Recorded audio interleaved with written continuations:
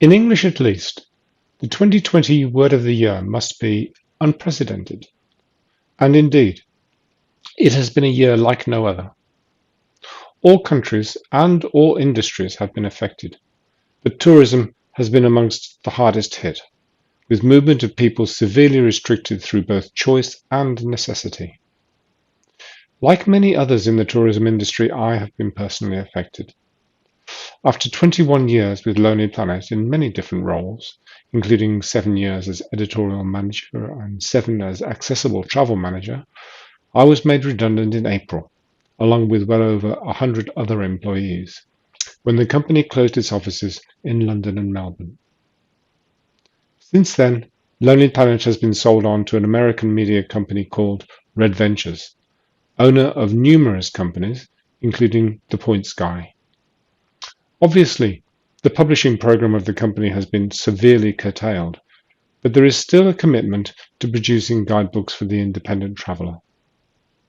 I've also been approached by the new owner to be part of an inclusivity panel, which is an encouraging sign that even though there is no dedicated position to promote accessible tourism, there is at least interest in catering to audiences outside the mainstream. At this stage, however, it's too early to say how this will play out. With so many people working from home, and therefore fewer cars on the road, and with severely limited international travel, and consequently many fewer flights, carbon emissions in 2020 dipped by an estimated 7%. There has been much talk about a so-called green recovery from a COVID-afflicted world, but the indications are that this may not come to pass due to continued reliance on and investment in fossil fuels.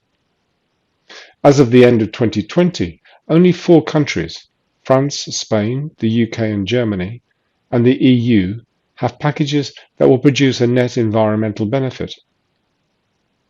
Given its continued reliance on international air travel, tourism has an important role to play, with aviation accounting for around 2.5% of CO2 emissions, in addition to other environmental impacts. Yet, tourism is an important source of jobs and income for many countries, both developing and developed, and its recovery is therefore paramount. As of now, numerous countries, including Australia, are offering incentives for people taking local holidays to help stimulate the tourism economy. This is a good sign, and until the rate of vaccination against COVID reaches a critical mass worldwide and travel returns to normality, which probably won't be well into 2022, such measures will continue to be pursued.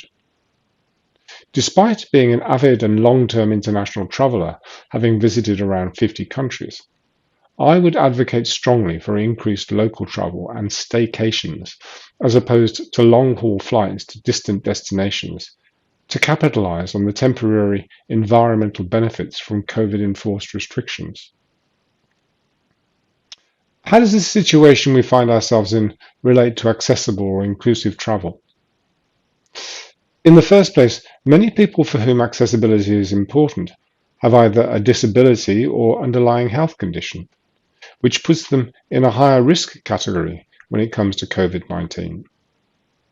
As such, this cohort of people will be far from the first wave of travellers. This in turn makes it unlikely for accessible tourism, particularly to international destinations, to be a high priority for any destination management organisation, or DMO, in the short term.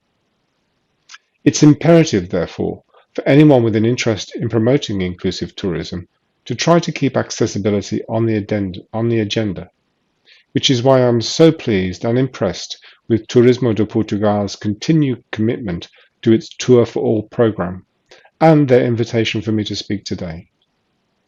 This is proof that Portugal, along with Spain and Flanders, continues to be at the forefront of countries committed to equal access to tourism for everyone, no matter what limitations they may have.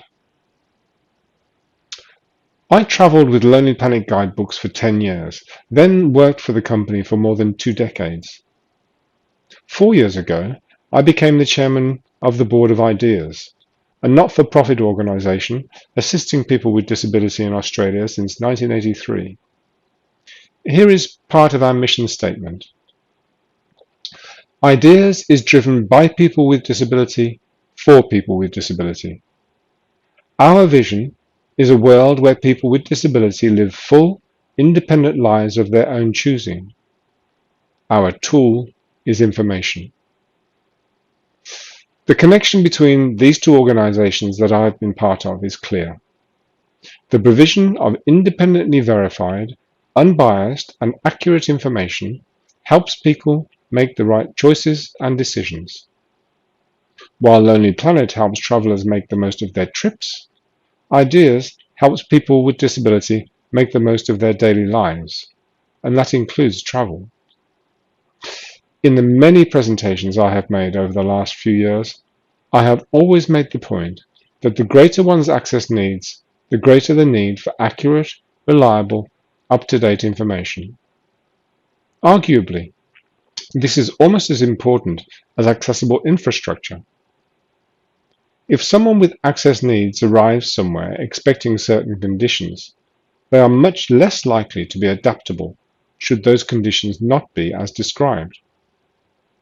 While for the able-bodied this might cause disappointment and frustration, for people with particular access needs this could be catastrophic, and the further from home they are, the worse the fallout.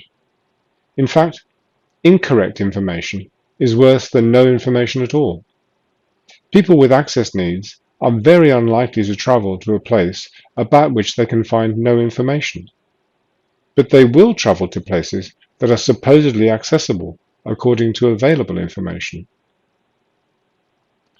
As Lonely Planet's Accessible Travel Manager, I curated the world's largest collection of online resources for traveling with access needs, Accessible Travel Online Resources, which was recognized by the UNWTO in 2016 as one of a handful of examples of best practice in accessible tourism, and is now vastly expanded in the third current edition.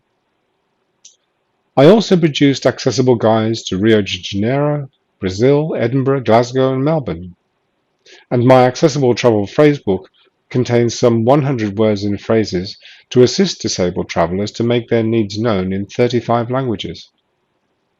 All of these products are available for download free of charge from Lonely Planet's online shop. The driving force behind all of these projects was to provide accurate information and resources for people to be able to make their own decisions and to help them undertake independent travel, which is always Lonely Planet's reasons for being. This is why Tour for All and similar information platforms for travellers with disability are so important, and why destinations with excellent information about accessibility, like Catalonia, are so well visited by people with access needs. Remarkably, only last week, while we are still in the middle of the pandemic, Visit Flanders updated its collection of some 250 accessible holiday accommodations in Flanders and Brussels. Let's hope other DMOs at local, regional and national levels follow this great example. And let's not forget the value of websites that's accessible for people with disabilities, particularly the vision impaired. Information is no use if it can't be accessed by everyone. One of my most significant achievements as Lonely Planet's Accessible Travel Manager was to persuade the company to make its website more accessible by adding a low-cost accessibility widget provided by Accessib, one of several companies offering this service. When it comes to the physical accessibility of the built environment, it's important that there are no gaps in the chain of tourism services. It's not enough to have a sufficient stock of accessible hotel rooms. It's also important to ensure that tourist attractions, as well as shops and restaurants, are as accessible as possible. And, last but not least, there needs to be accessible means of transport, both public and private, to be able to travel unhindered around a destination. Best practice among DMOs does not stop at the provision of accurate information about transport and infrastructure. It's also important to provide information and inspiration regarding experiences and itineraries. Again, progressive DMOs, such as those in the Iberian Peninsula, Flanders and Germany, do this very well and serve as great examples for the rest of the world. Equally importantly, Tour for All, like Visit England, offers a wide range of training programs for individuals, businesses, and even government departments. When it comes to tourism professionals, understanding the needs of visitors is paramount. And since many people may not encounter people with disabilities or access needs in their daily life, training programs are important tools to help them appreciate how people's needs may differ according to their abilities, not just their preferences. Furthermore, empathy and flexibility go a long way, especially when physical accessibility might be lacking, as is often the case in developing countries. While it's not always the case that where there's a will, there's a way, in many cases, where physical accessibility is not ideal, when both the tourist and the tourism service provider show flexibility, solutions can often be found. Marketing strategies and, importantly, choice of imagery are also important. Tourism is one of the worst offenders when it comes to stereotyping consumers.